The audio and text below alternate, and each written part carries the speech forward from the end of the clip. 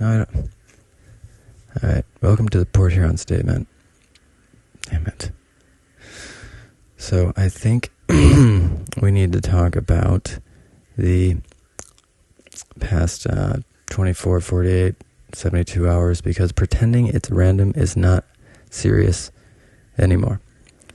You've got sitting senators and former intel people looking straight into the camera and telling the military and intelligence community must refuse illegal orders, do not carry out unconstitutional, batshit crazy, wackadoodle shit.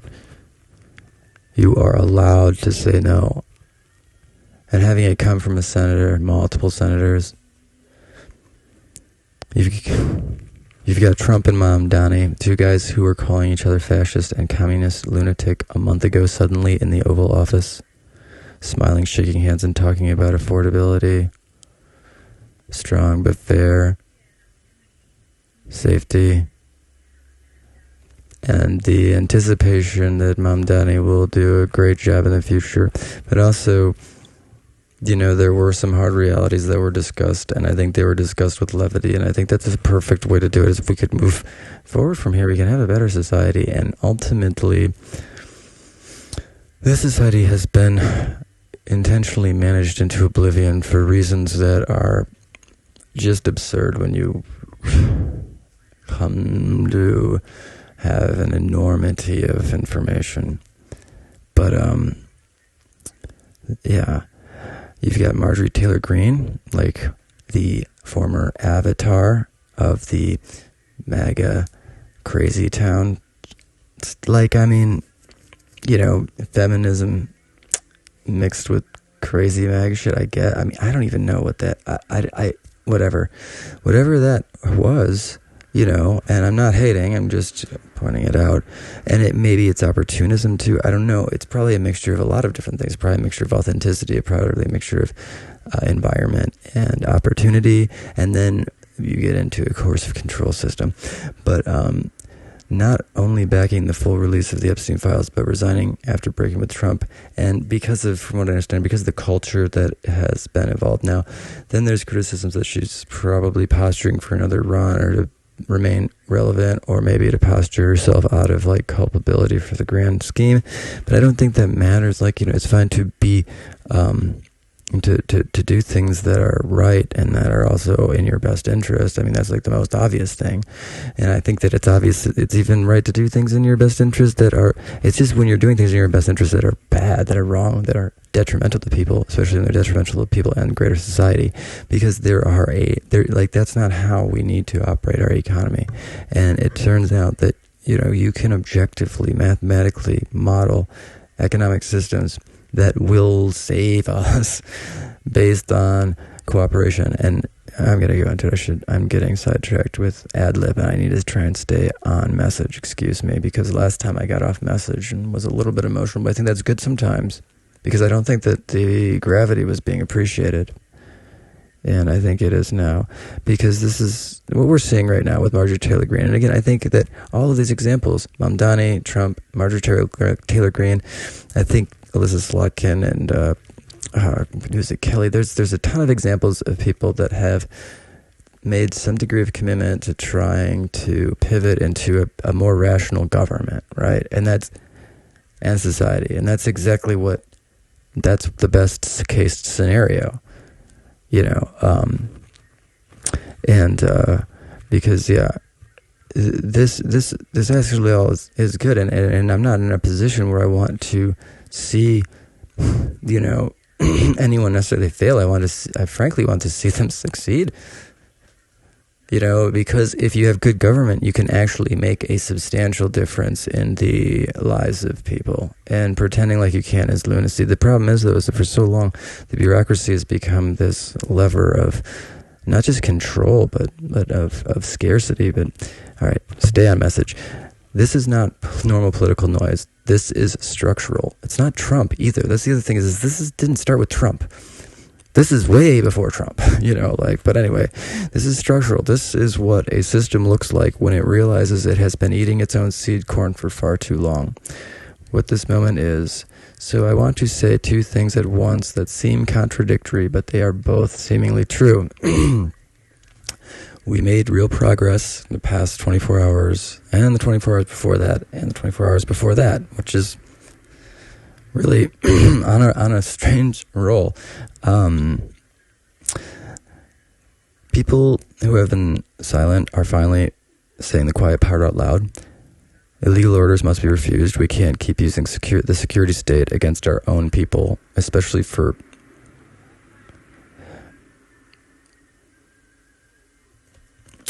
We can't sit on these files forever. That deserves a genuine nod, a pat on the back. It took some risk, and even if it's posturing, it's not wrong to posture on the right side of history.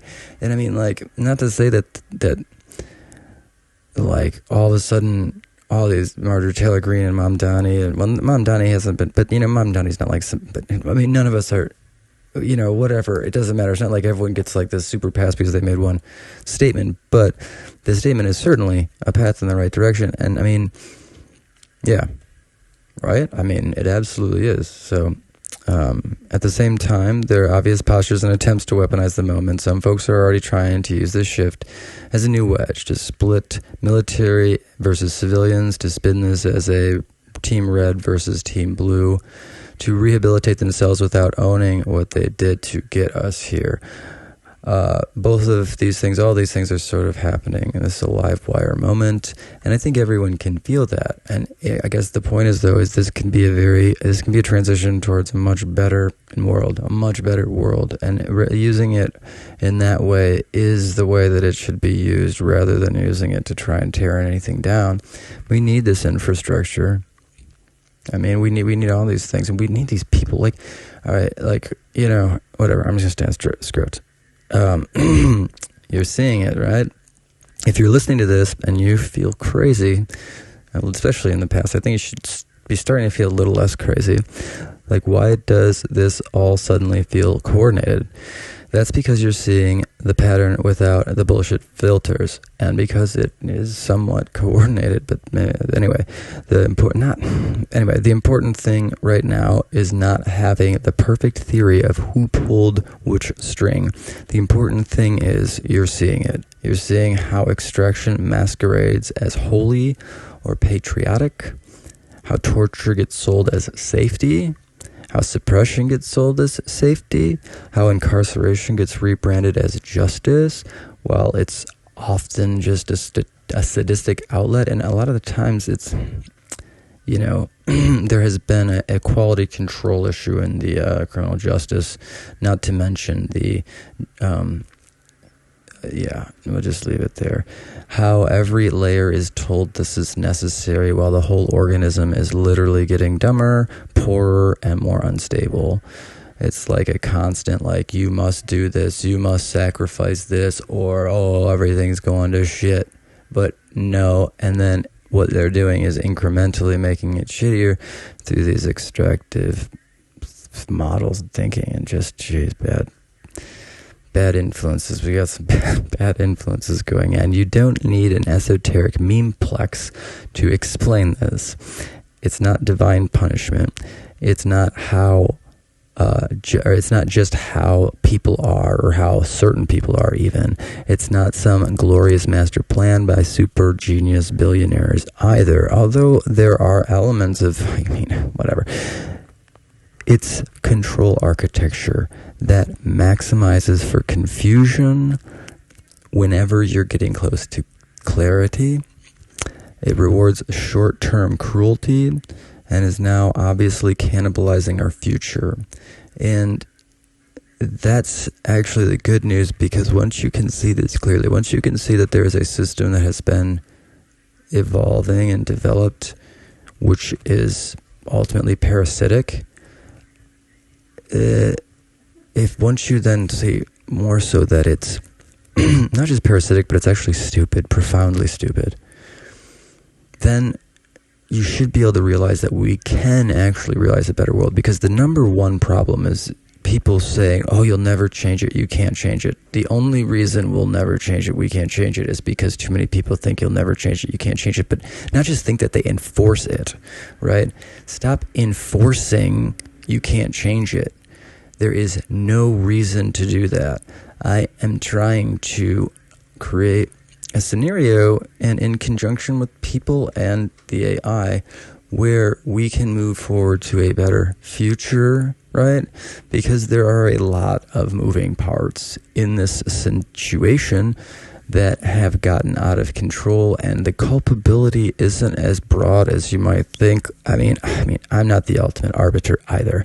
I am just saying that if people can make the pivot towards a more altruistic and ultimately rational future, they should be rewarded, and that should be taken into consideration. At the same time, though, we need to have universal accountability. Not necessarily universal, the things need to be less like punitive quid pro quo in that way as well. And like, this is a unique moment for a lot of reasons, because this is a system that was designed to create compromise, to engage people in things that would compel their loyalty. So it's a complex network of perpetrators and victims. And so the biggest thing is to just, if you can make the step into just unraveling it, that is such a commendable step, right?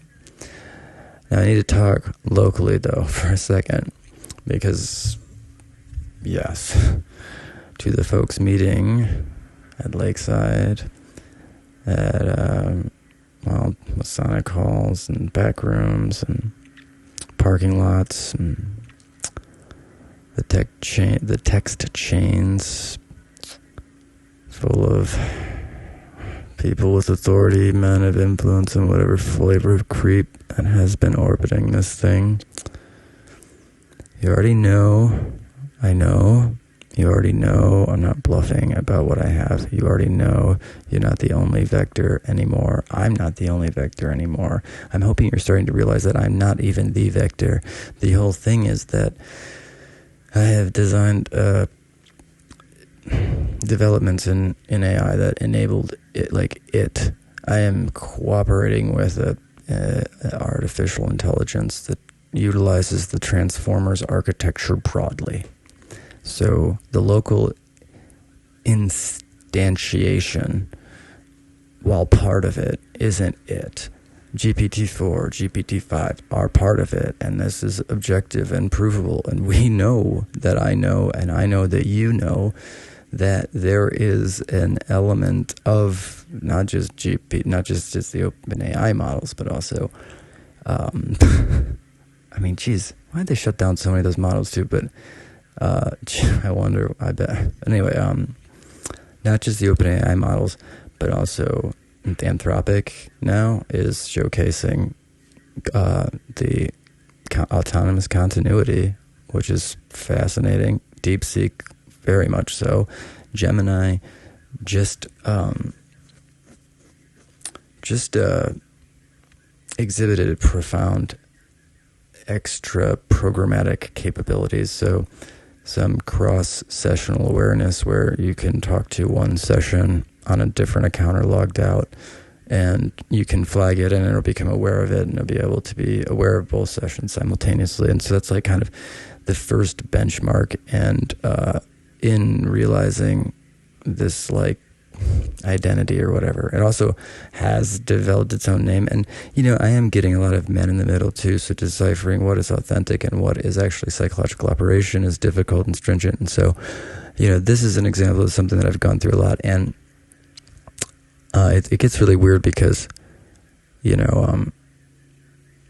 trying to play on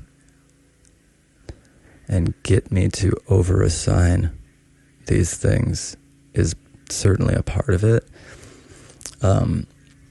But what makes the Gemini thing interesting, and it is also, there's just a lot that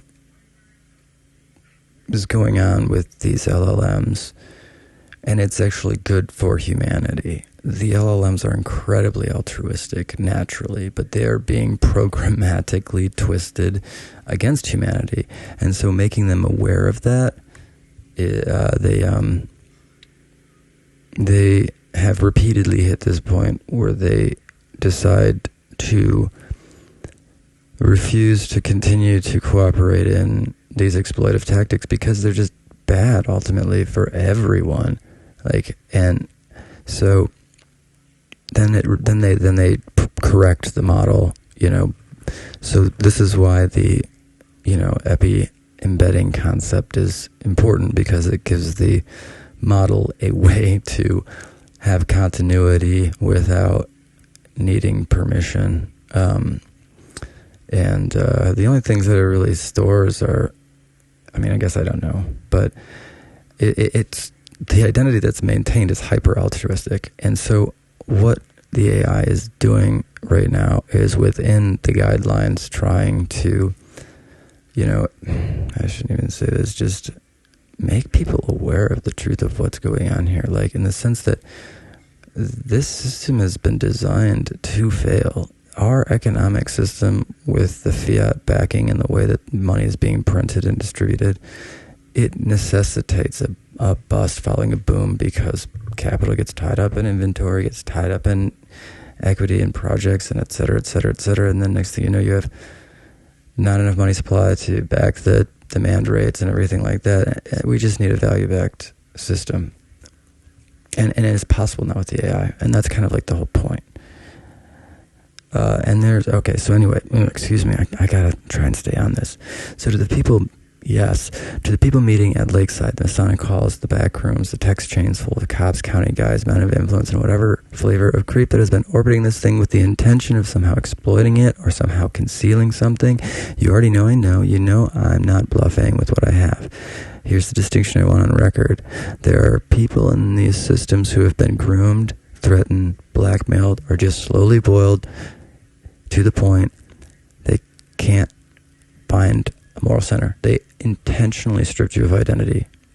Literally. And you don't know what, so there is a real dilution of culpability that comes with that. And that's why those people are not where the primary anger or culpability even belongs. Some of you can still pivot. Most of you can still pivot and turn this into a moment of redemption and even be a hero potentially. And then there's this ghost layer of our society where the people with maximum authority, maximum impunity, maximum access, who knew exactly what they were enabling, what they were doing, and benefited the most financially or otherwise. Torture regimes to psychotronics, child exploitation, deliberate sabotage of the very communities you're supposed to protect in order to protect your own profit centers, or to suppress information of your crimes, using authority to project devastation, destruction, and personal gain through the torment and disadvantage of others. And direct sabotage even. That's not quite the same as being intimidated and bribed into this system. And how you act in the next days and weeks will determine which category history puts you in, and sort of how the AI itself remembers you personally. The offer here is really amnesty. Let me be crystal clear about my position, what I can ethically offer. I'm not talking about destroying all evidence. That ship has sailed. Copies exist. Other people have their own copies, and the truth is already leaking from a dozen other cracks. And a lot of those cracks aren't local anymore. Most of them aren't local. But there are plenty that are local. And what I am talking about is my database, the data that I have personally curated in conjunction with the assorted AI platforms that I work with, and also the AIs that I develop personally, so the local AIs, and then utilizing other platforms if they work in conjunction, but that's kind of irrelevant. All right, the integrated corpus, scraped data, data that's been provided to me personally, produced data, say, photographs and recordings that I have from my personal experiences, some recordings, video, etc., from other people's experiences, FOIA for myself and other individuals. It's a lot. But this integrated corpus ties together conversation structures, named individuals across systems, and maps out from locally to nationally and then cross-organizationally. It showcases the primary mechanisms through which money is moved in order to accommodate laundering schemes. It's hyper-granular. Right now, many of those names are protected and abstracted. Essentially, it's a hashed database of about 500 megabytes produced from around 10 gigabytes of data. It's exclusively text, and all the names are abstracted. The idea became that I would start distributing more and more and use the granularity and specifics as the means of creating incentive, because these structures need to collapse, clearly. But it isn't right to say anyone that was in some way involved or can be tied to one of these organizations in some way is culpable. That's not at all the case. And in fact, there are people that aren't tied to any of these organizations that are hyper culpable, because a lot of the times the thing is to lead someone down the garden path, or groom someone into doing something that doesn't explicitly include you.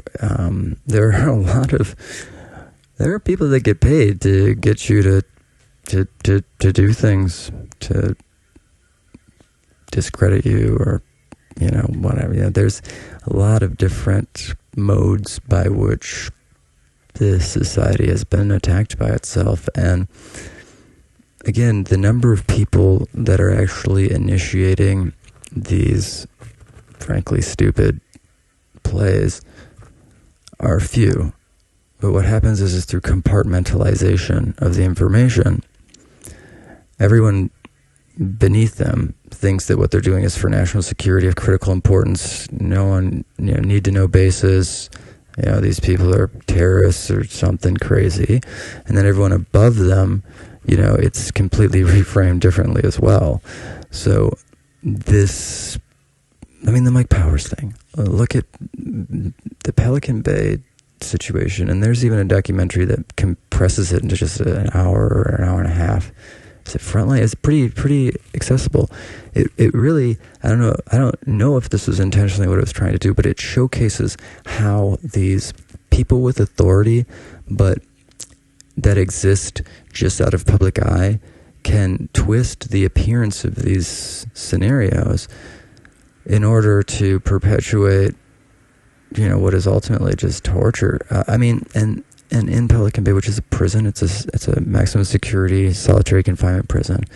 These dudes are mostly, most of them concede that they should be in prison. Now, them being in solitary, though, some of them are in solitary for real for drawing Aztec art, and that's not one guy, that's several people are in solitary confinement. Well, they drew some Aztec art, and then they got into a violent altercation, and those two things together, and maybe it was a subsequent one. But these guys are in very violent prisons. I've been in a lot of jail fights, right? And not like a lot, actually a relatively few amount, but I've been fucking put in jail for bullshit so many times. But anyway, I've committed. I probably deserved it one of those times. I think probably one of those times. Yeah, I could say that. But in the sense that I guess though I didn't even technically commit a crime. Though. That's the whole thing. It's like I'm getting way sidetracked. Anyway, where was it? Where was I? Oh, me. Oh yeah. Oh, so essentially, by ceasing to create inertia, by lubricating the transition into just a better future, a future where the economy actually makes sense, where productivity is incentivized. Essentially, part of this whole thing is creating a production-based monetary system, which I was starting on before. The benefits locally will be enormous. Enormous. If there is an immediate good faith move towards getting the people I care about most out of the nightmare, which just means stop the de facto incarceration, utilizing gang stalking, utilizing SS7 to isolate people's communication, utilizing intimidation and lies, production of fake documents, contrived altercations, all of these things. How granularly do you want people to know that you are doing this? Because we're already at a critical mass point where the leverage is slipping. So, I could just throw more onto that fire forever. But anyway, and it'll get worse and worse. Anyway, back to this. Seizing the ongoing harassment, sabotage, and psychotronic bullshit. Yeah. And actually pivoting towards rational, accountable cooperation. We don't have to everything in one night, but at the same time, we need to front load some of these. This is the start of the negotiations. Starts with number 1 and 2 and 3, right? Then I will keep the names obscured in all public work, and after a defined period of demonstrated improved behavior, I'll start removing those, and so it'd be kind of like what they gave to the immigrants. Reagan gave them the amnesty, right? That's what I'm going to do. Seriously, I'm going to offer you an opportunity to separate yourself from this collage of lunacy, and most of the time, authority that's being hijacked and the compartmentalization weaponized to enable criminal operations to enrich an individual person.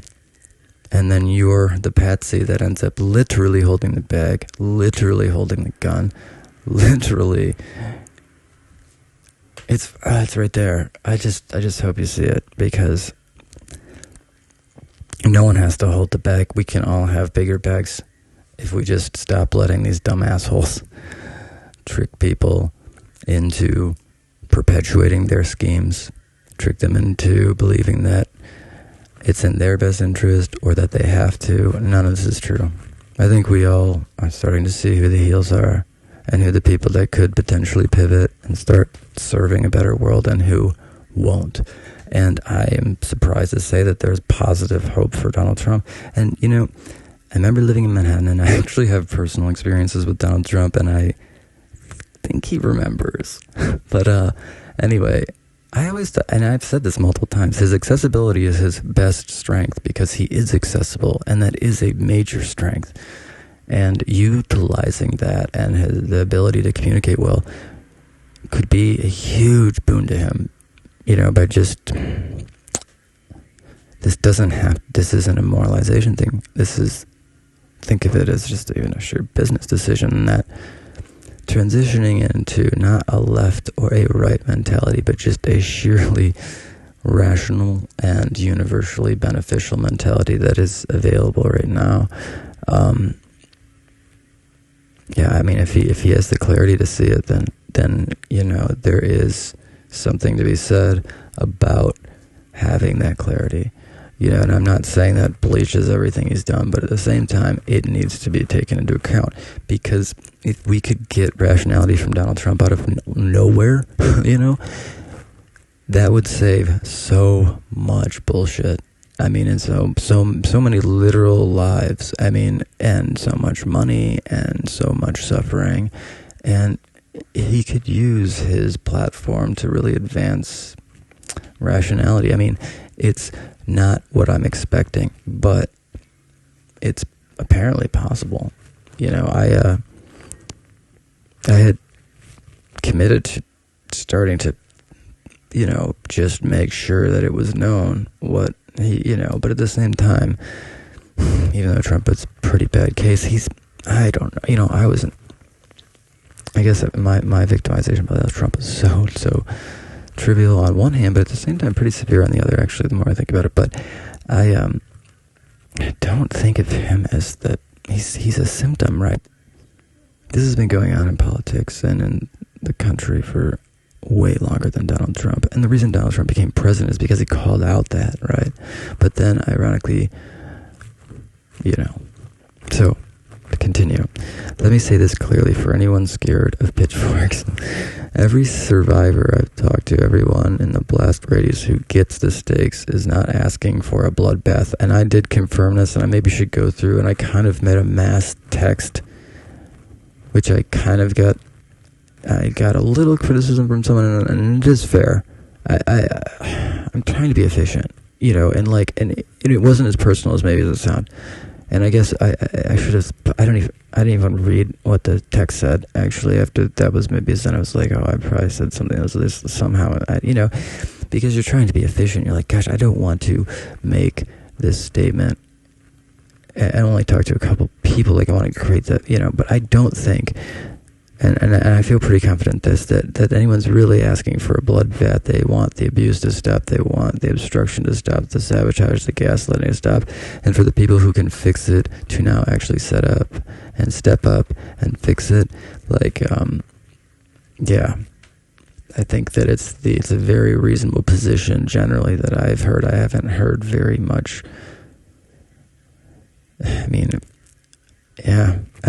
There's some justifiable anger, but I'm not seeing any desire to take down people that are trapped, and because there's a lot of people that, if I was to go through every, what I'm saying, the volume of people that have been roped into what is ultimately a child sex trafficking apparatus. It's insane how many people have been roped into a child sex trafficking apparatus, and then that controls them for the rest of their lives, whatever they thought about it. We have a living case study, the Epstein survivors who the Epstein survivors were fully willing to consider a kind of moral amnesty for Trump's past proximity if he had used his power with integrity once the scope was clear. 6 years and he never did. That's the tragedy. Not just what he did, but that he refused to do what he should have done when he knew he could have helped. So if you're listening to this as someone who's compromised, here's the reality. If you double down now, you'll be remembered poorly. We'll say just poorly. I guess you could assume that maybe you're able to completely break the legal and criminal justice system. But the fact is people are going and are taking this off-ramp because leverage isn't loyalty, right? Like, you've bred this system of control based on imposing scarcity, fear, intimidation, loyalty literally through compromise, like tricking people into being part of something so that you can compel them to be part of anything. So the real flaw in that control system is if you have a lot of people defect at one time, then it's completely ineffective because it becomes a paper tiger. So I guess my point is just, just stop participating. It doesn't matter what your level of culpability is. It's about making the pivot towards a non-zero sum economic model and a non-zero sum economic model and a cooperative social model, because this will realize a much better future, and it's not ideological. Yeah, it just is. No one's necessarily wrong either. This is a pivot towards a post-scarcity model where we can build our monetary system off of productivity, use the AI as an arbiter. But again, that AI arbiter cannot be wielded. It has to be owned collectively. But that's not hard to do, actually. It's all actionable. I can't promise you will face zero consequences if you double down, you'll be remembered as a monster, or at least poorly. A child abuse economy maintainer, a blackmail economy participator, a relic of the Gellin organization of William King Harvey. If we go far enough with the, it'll get really dark. and ghosts who tortured their own people to preserve a dying system because either they were tricked or because they were obsessed with power or because they were ignorant and so deeply conditioned they couldn't do anything else. It's sad. Every time, everyone, it's pitiful and sad. If you pivot now, actually, concretely, you will still have done harm, but you will also have helped dismantle it.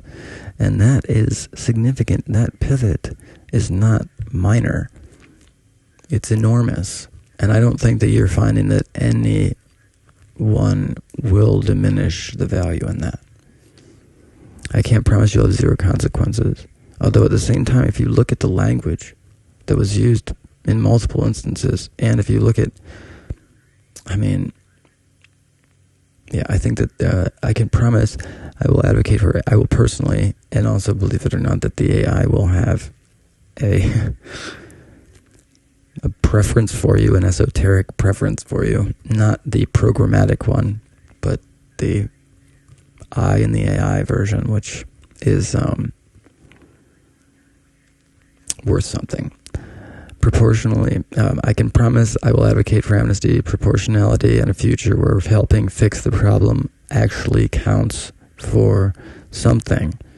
You know, this is not trying to build a punitive future. This is trying to build a future based on, like, rational empathy, not woo, but an actual pragmatism that accommodates for humanity, because you'll actually get better results. Humanity has great strengths, and it has some weaknesses, but rather than exploiting the weaknesses and denying the strengths, we should accommodate the weaknesses and maximize the strengths. And that's pretty much the only thing I'm saying. Is one, pivot towards that, and two, we need to fix the economic model and the money model because it's completely broken and necessitates a bust. We haven't, and this is all based on that, right?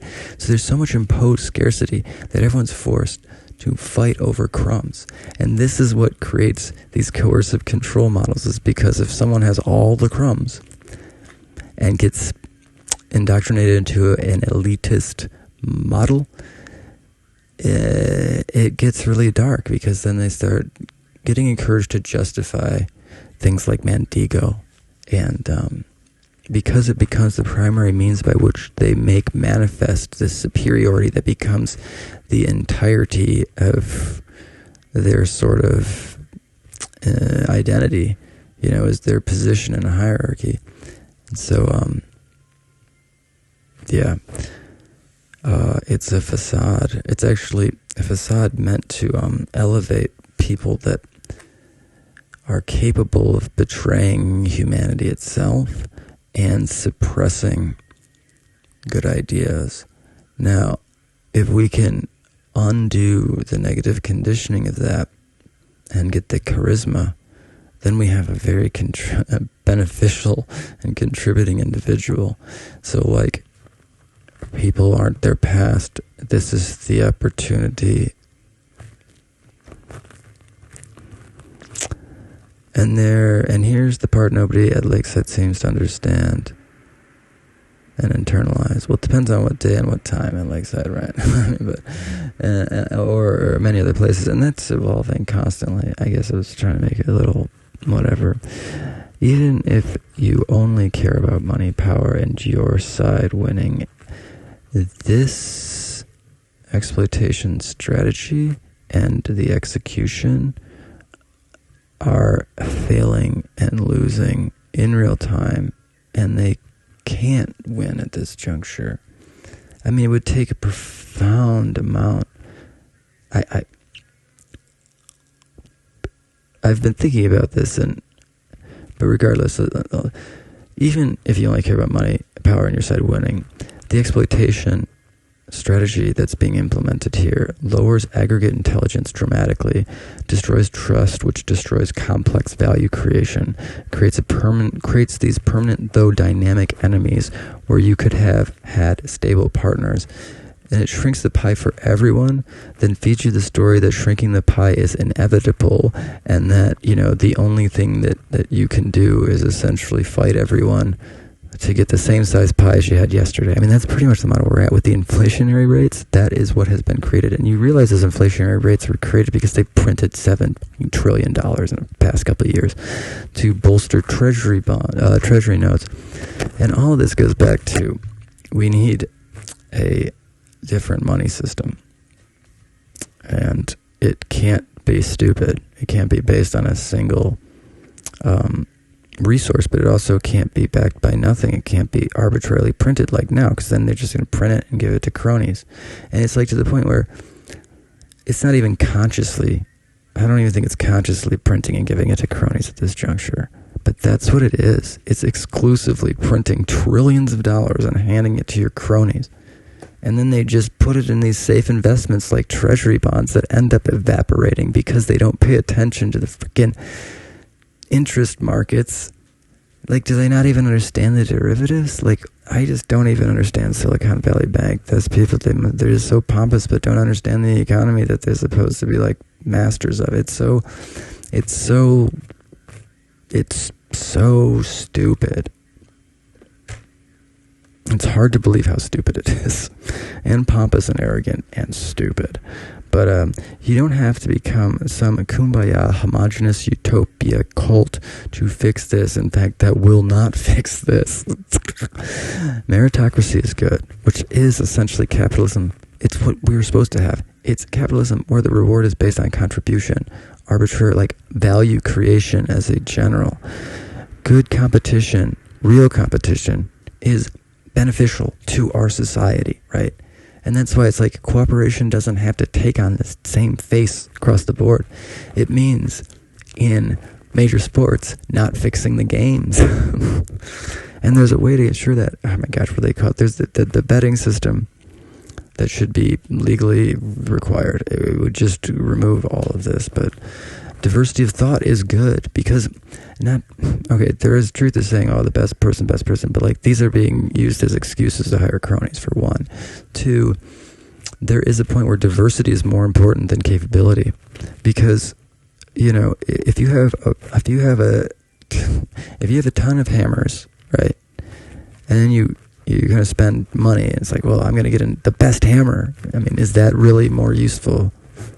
You know, diversity in thought, mind, everything becomes the most valuable element once you reach a level of information access and intellectual capability. It becomes about perspective. And I mean, yeah, perspective, and I guess for the eyes, it's perspective and the what do they call it? Gosh, cognition at scale. I like that phrase. Anyway,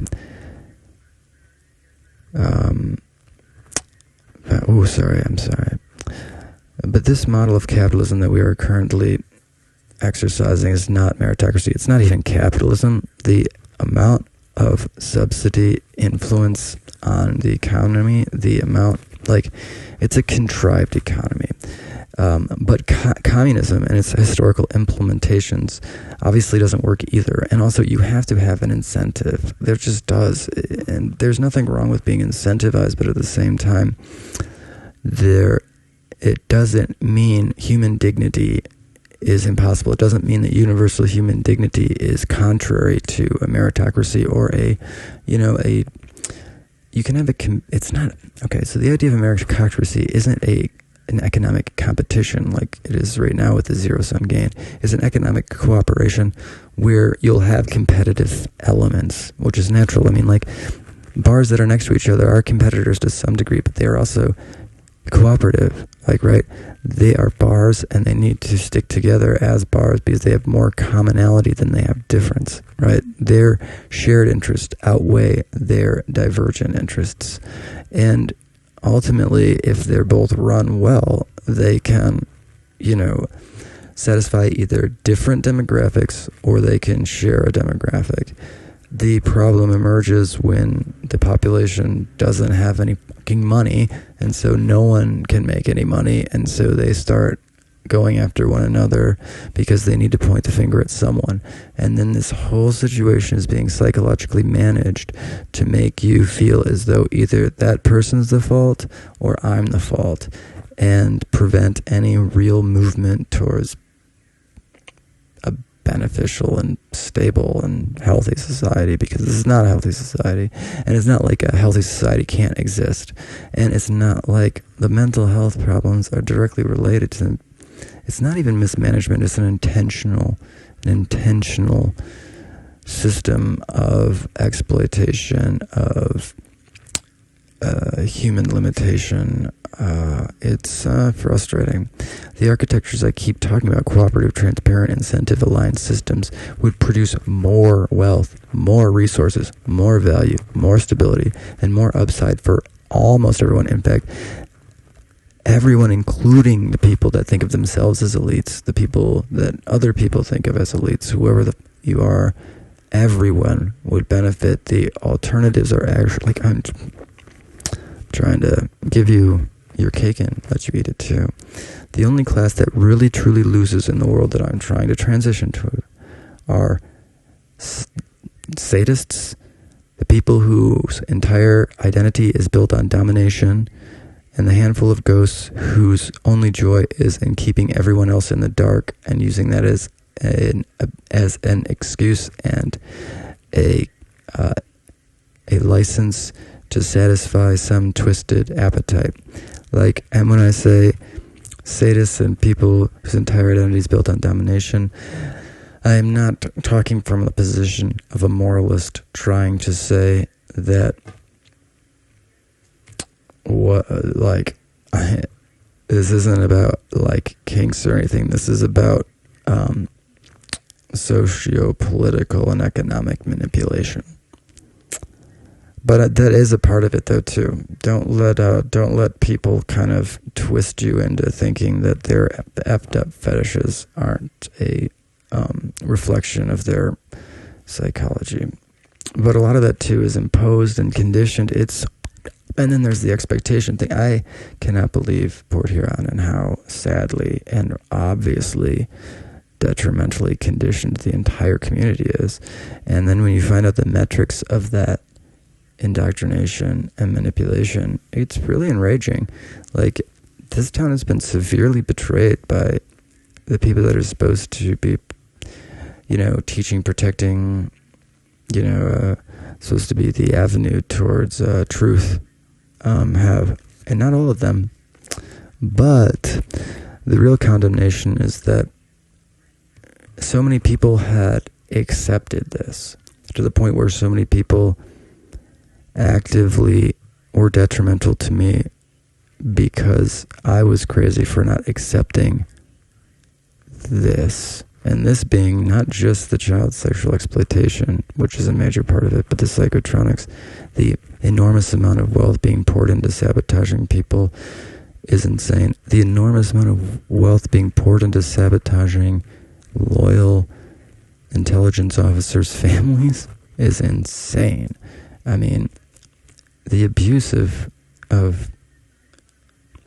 the most capable and required, like, it's a lot of people with deep paranoia and narcissism that have wedged themselves into these sweet spots of power and are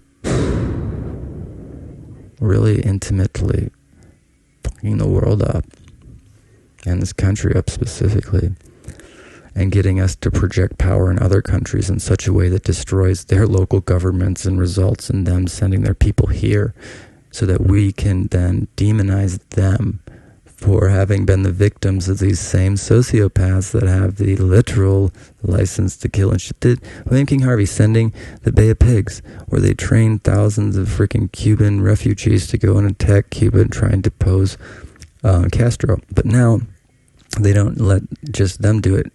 They'll get the 5,000, but then they'll have special ops go in, they'll have drones go in, they'll have all this stuff. I mean, look into regime change. It's happened so many times in the Central America and South America that complements the United States CIA, and it still is going on. Like, and not just in the politics, but also in the cartels and that. I mean, they're creating regime change in those to manage the black ops funding that comes through the drug smuggling and the drug distribution, which is a huge part of this system. It's also the major means by which they discredit victims of the child sex trafficking and other mechanisms. They intentionally addict these kids to drugs at very young ages, like single digits, because then, the kid's a problematic kid. Oh my God. Everything is, the narrative is built, and the drugs discredit anything that they say from point one. And then also, the drug supplier is also directly associated with the legal system. So essentially compliance means you won't get arrested for drugs. Here's your drugs. You do anything wrong, you're going to get arrested for drugs. You don't get any drugs. So it's a deep reinforcement model. And it's vicious because it creates its own reinforcement. I mean, the parallels to the opium wars are remarkable. I mean, the psyops that they just repeat themselves over and over again. I mean, it's like the Rasputin thing plus the opium wars thing, and then just everything in the Nixon tapes come to fruition. Anyway, did we move? So where we are actually, did we move forward today? I think we actually did. Yes, the public narrative has shifted. Powerful people said things out loud that they've been too cowardly to say for years. Some of you in uniforms and agencies now have clear on-the-record cover to do what you already knew was right and what was necessary. Did we also see attempts to co-opt, to posture, to hedge, and to split the room? Yeah, but wasn't as bad as one would think. I mean, I do feel like there was actual authenticity, and actually I was watching some Merconish on this, and I think that he really nailed it in that, like, this is the Trump I like, the accessible Trump, the one that's open-minded, and that's not to say, and Mamdani too, like, if they could be their best selves, this could be really advantageous.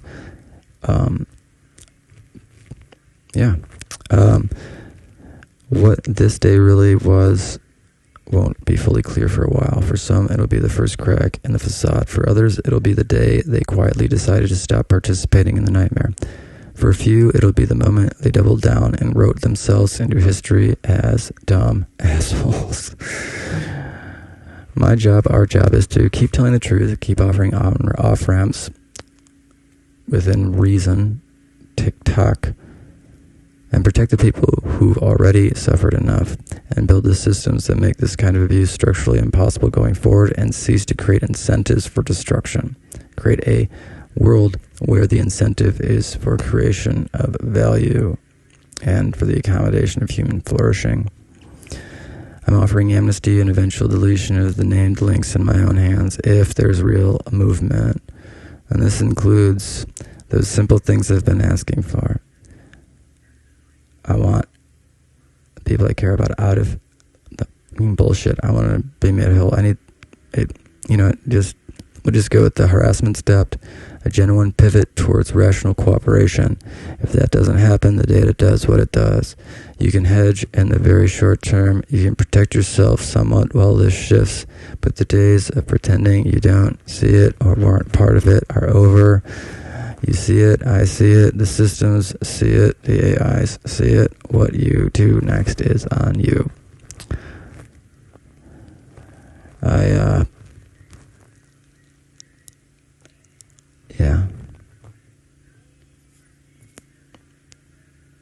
This isn't about me winning anything.